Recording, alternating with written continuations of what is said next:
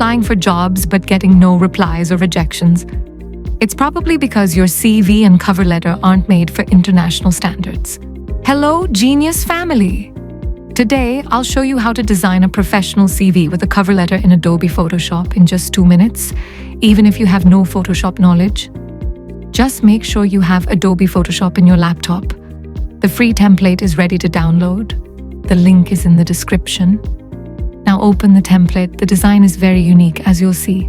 You just need to update your details, add your photo, change the name, text, and anything else you want.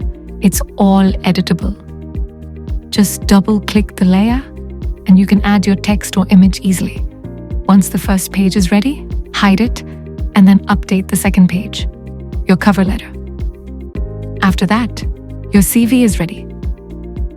Now simply go to File, click Save or Export as PDF, and save your final version. I hope you found this helpful.